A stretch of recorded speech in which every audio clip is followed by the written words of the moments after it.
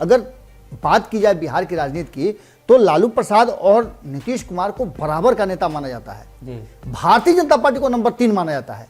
लेकिन 2020 में लालू प्रसाद और भारतीय जनता पार्टी ने कहीं ना कहीं नीतीश कुमार को नंबर 3 ठेल दिया। नीतीश कुमार जितनी भी बातें करते हैं सनी, जो डिमांड रखते हैं, अगर नीतीश कुमार कह दें कि सामने ये पेन रखा हुआ हो, भारतीय जनता पार्टी कहे कि हम ये बिहार के लिए पेन रखे हुए हैं, लेकिन अगर नीतीश कुमार कह दे कि ये पेन हमको चाहिए तो भारतीय जनता पार्टी इस पेन को दूसरे को दे देगी, बर्बाद कर देगी, फेंक देगी, लेकिन बिहार को नहीं देगी। कि हमने आपको बताया था कि भारतीय जनता पार्टी चाहती है कि नीतीश को आरजेडी की लड़ाई से बाहर करके खुद लड़ाई में शामिल हो जाएं, और अब वो शायद होता भी। जब जीतन राम मांझी ब्राह्मणों पर, पंडितों पर हमला करते हैं तो आरजेडी की तरफ से कोई बोलने के लिए तैयार नहीं होता है जी। इसका मतलब है कि कहीं ना कहीं आज भी उनके मन में ये बातें हैं, लेकिन नीतीश कुमार भी नहीं बोलते हैं।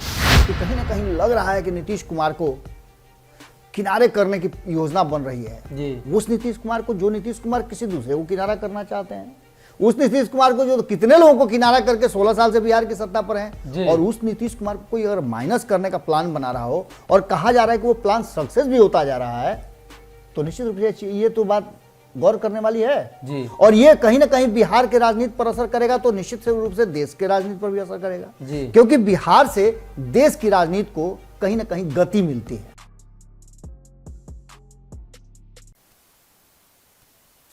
नमस्कार, भारत लाइव देख रहे हैं आप, और ये रातों रात है जहां हम सुबह में आपसे मुलाकात करते हैं और वैसी खबर देते हैं जो पूरा दिन चलती है और आपके जीवन पर प्रभाव डालती है।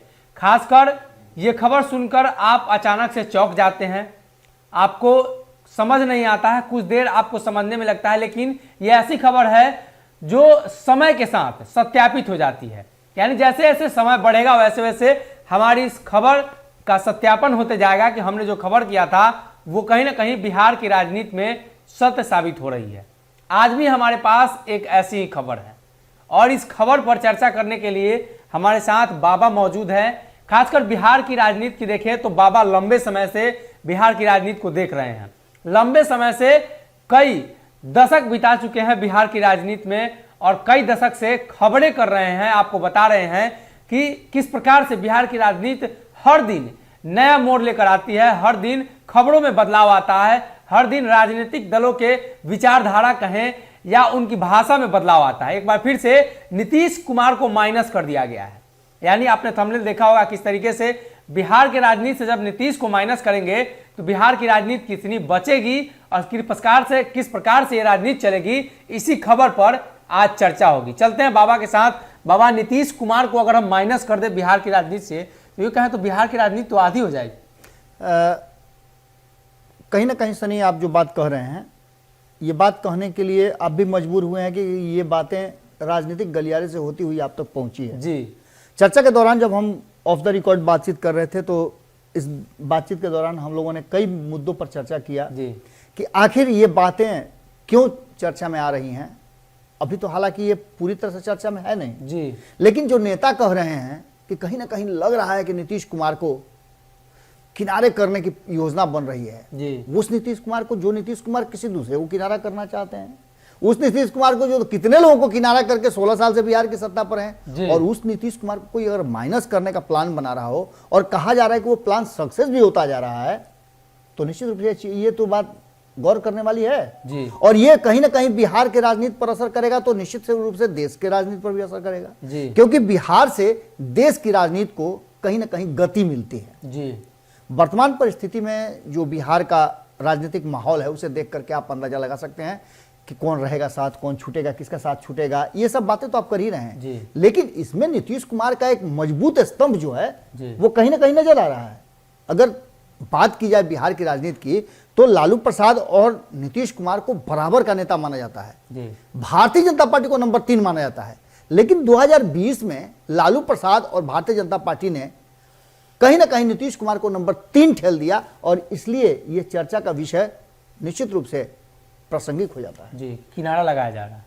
अब इसको आप समझिए, समझने वाली बात यह है कि नीतीश कुमार के कई शुभचिंतक हैं, कई नीतीश कुमार के बहुत करीबी लोग हैं जो चाहते हैं कि नीतीश कुमार बिहार की सत्ता पर काबिज रहे। खास करके कहा जाए तो एक सवर्ण वर्ग भी है और नीतीश कुमार को जानने वाले और भी कई लोग हैं, क्योंकि सवर्णों को इस बात का डर लगा रहता था 2005 से पहले कि लालू प्रसाद और उनके परिवार के लोग अगर सत्ता में आ जाते हैं तो सवर्णों के साथ सब कुछ ठीक ठाक नहीं रहेगा। इससे आप इनकार नहीं कर सकते हैं। भले ही इस बात को मान लीजिए आप कि कहीं ना कहीं ये बनी बनाई बात थी या सवर्णों को डराने के लिए राजनीतिक मोहरा था, लेकिन आज भी ये बात कहीं ना कहीं समझ में आती है जी।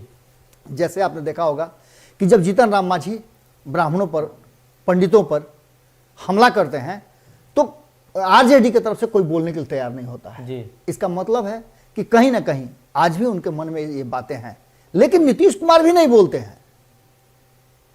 फिर भी नीतीश कुमार के साथ लोग खड़े नजर आते हैं, क्योंकि इस बात को लोग समझते हैं कि नीतीश कुमार सुशासन के प्रतीक हैं और उनके नाम के साथ सुशासन जुड़ गया, स्वतः जुड़ा हो या जिस तरह से जुड़ा हो। लेकिन 2005 से लेकर के 2021 तक इन 16 सालों में अगर नीतीश कुमार के यात्रा को देखें तो उस यात्रा में नीतीश कुमार ने सुशासन और न्याय के साथ विकास का जो नारा दिया है उसमें बहुत हद तक खरा उतरे भी हैं जी। वक्त के हिसाब से जब भी ऐसी कोई बातें होती हैं या नीतीश कुमार के राज में कहीं कोई अपराध करता हुआ या किस तरह का पकड़ा जाता है तो उसे धरपकड़ भी उसकी होती है। शराबबंदी को लेकर के नीतीश कुमार कितना ज़्यादा आप देख रहे होंगे कि एक्टिव हैं, ये भी आप देख रहे होंगे, इसके लिए समाज सुधार यात्रा भी कर रहे हैं।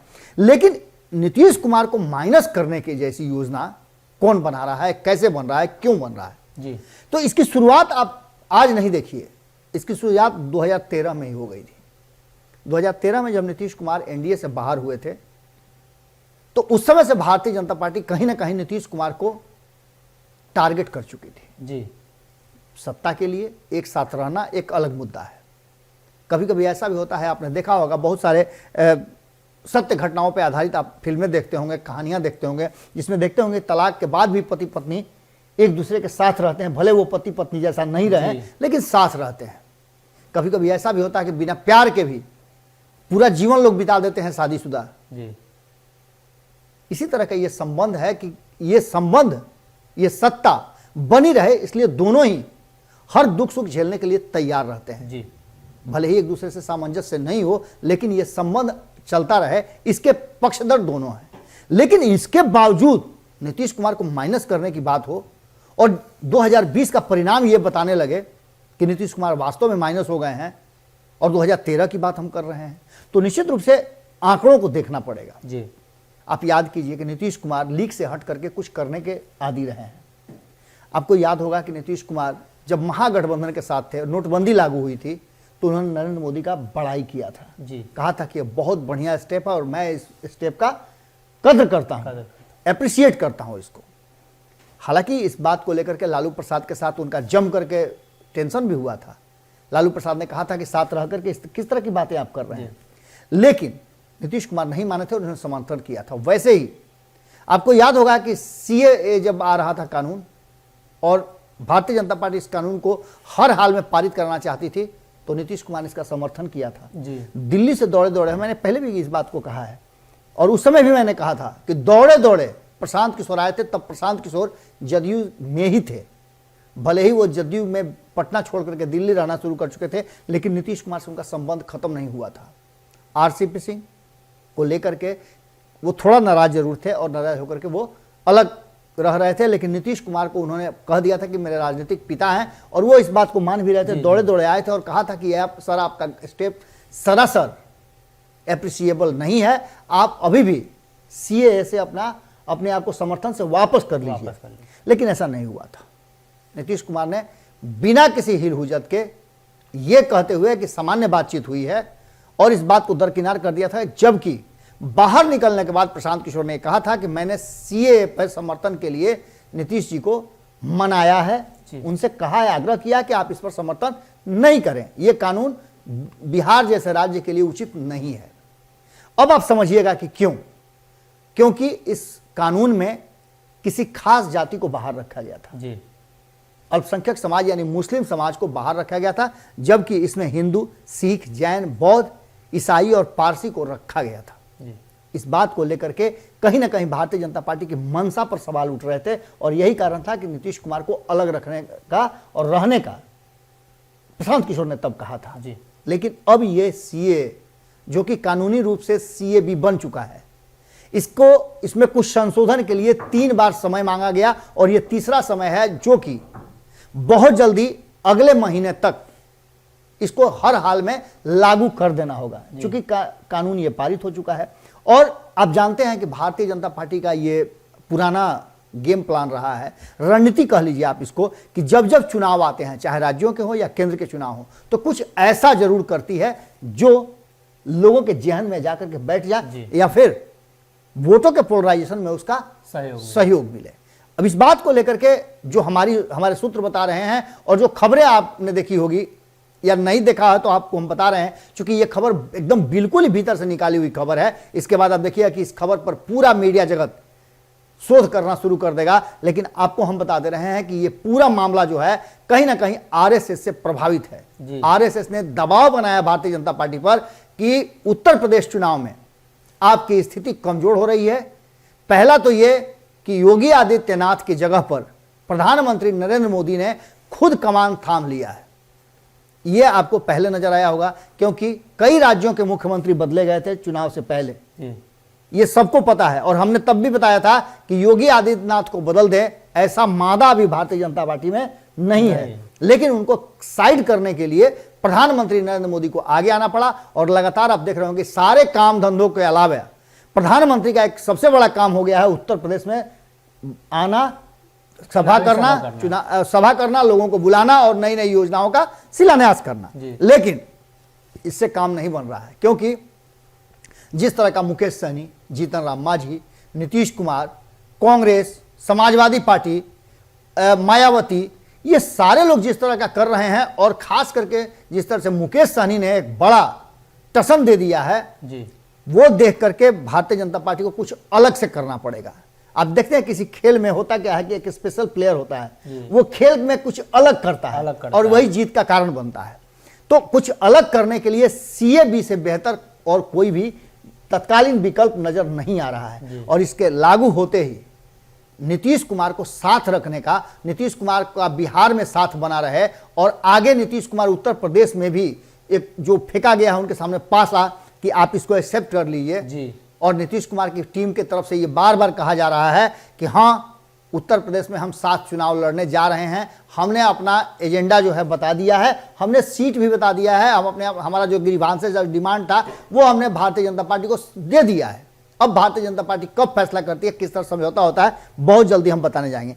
अब इन सब बातों पर आप आ जाइए कि आखिर ये प्लान जो कि एक तरफ नीतीश कुमार को कमजोर करने के लिए 2020 में भारतीय जनता पार्टी हर वो हथकंडा अपनाती है। भारतीय जनता पार्टी के बागी नेता एलजेपी में जाकर के और नीतीश कुमार को हराने का प्रयास करते हैं। एनडीए का ही घटक दल नीतीश कुमार के विरुद्ध अपने उम्मीदवार उतारता है और हराने का दावा करता है, मादा ताल ठोकता है। भारतीय जनता पार्टी चुप रहती है।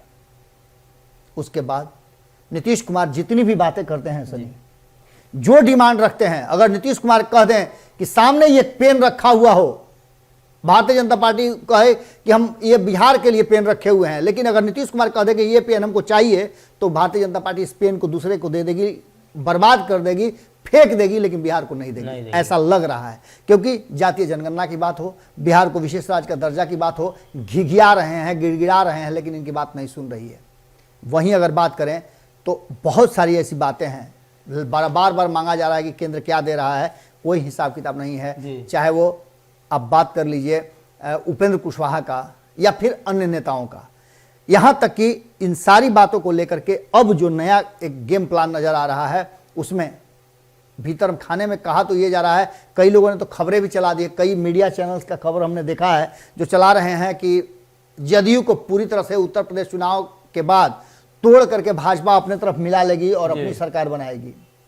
हालांकि ये आंकड़ों के हिसाब से संभव तो नहीं लगता है, क्योंकि टूटने का मतलब होता है कि पूरी की पूरी टूट जाना, सिर्फ नीतीश कुमार को छोड़ करके बाकी सारे लोगों का चले जाना, क्योंकि उसके बाद भी संख्या बल पूरा नहीं होता है और जीतन राम मांझी, मुकेश सहनी की जरूरत पड़ेगी ही पड़ेगी।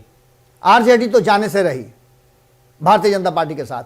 तो ऐसी स्थिति में आपको बता दें कि जो नया एक और सबसे बड़ा बात है कि नीतीश कुमार को कहीं ना कहीं माइनस करने का अब गृह विभाग ने भी एक आंकड़ा जो प्रस्तुत किया है, ये आंकड़ा गुड गवर्नेंस का है और इसमें भी जब पिछड़ जाता हो बिहार 8 राज्यों में 6ठे नंबर पे आता हो, तो इससे आप अंदाजा लगा सकते हैं कि भारतीय जनता पार्टी हर हाल में नीतीश कुमार को माइनस करना चाहती है। और अगर भारतीय जनता पार्टी माइनस करना चाहती है तो हम बहुत पहले आपको बता चुके हैं और फिर से एक बार प्रमाणित हो रहा है भारत लाइव का खबर कि हमने आपको बताया था कि भारतीय जनता पार्टी चाहती है कि नीतीश को आरजेडी की लड़ाई से बाहर करके खुद लड़ाई में शामिल हो जाएं, और अब वो शायद होता दिख रहा है। जी, तो एक तरफ नीति आयोग की जब रिपोर्ट आई थी तो काफी हंगामा हुआ था। अब फिर से गुड गवर्नेंस रिपोर्ट आई है जिसमें 6ठे स्थान पर बिहार को रखा गया है। और अब लगातार नीति आयोग की रिपोर्ट के बाद सत्ता पक्ष में खासकर जदयू इस बात का दावा कर रही थी कि इस रिपोर्ट के आधार पर केंद्र सरकार किस तरीके से रिपोर्ट तैयार करवाती है, नीति आयोग की रिपोर्ट किस तरीके से तैयार होती है, इन सभी बातों को लेकर सारा मामला था। अब सीएए का मामला हो या बाकी अन्य मामले हो, यानी खासकर नीतीश कुमार जिस मामले को लेकर आगे बढ़ते हैं, भाजपा उस मामले से अपना हाथ खींच लेती है। और यह हमेशा होते आया है, जातिगत जनगणना, बिहार में विशेष राज्य का दर्जा, तमाम मुद्दे हैं। सभी मुद्दों को लेकर अब कहीं ना कहीं नीतीश कुमार की बातें नहीं मानी जाती है। सीधे तौर पे इसको ऐसे समझे तो नीतीश कुमार जिस चीज में अपना हाथ डालते हैं, भाजपा उससे हाथ निकाल लेती है और कहती है कि ये नहीं होगा।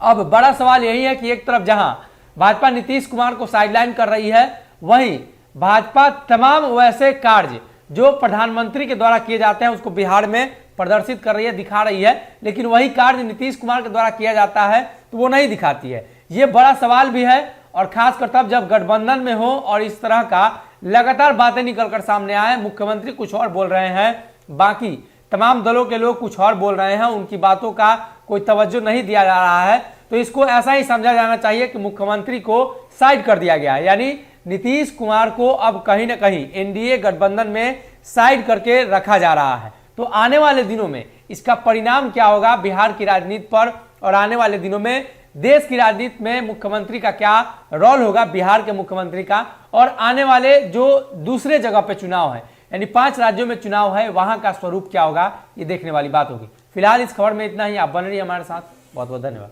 अगर ये वीडियो पसंद आई और वह बिहार के राजनीति और बिहारियत से सरोकार रखेनी तो सब्सक्राइब बटन दबा के चैनल के सब्सक्राइब कर ली।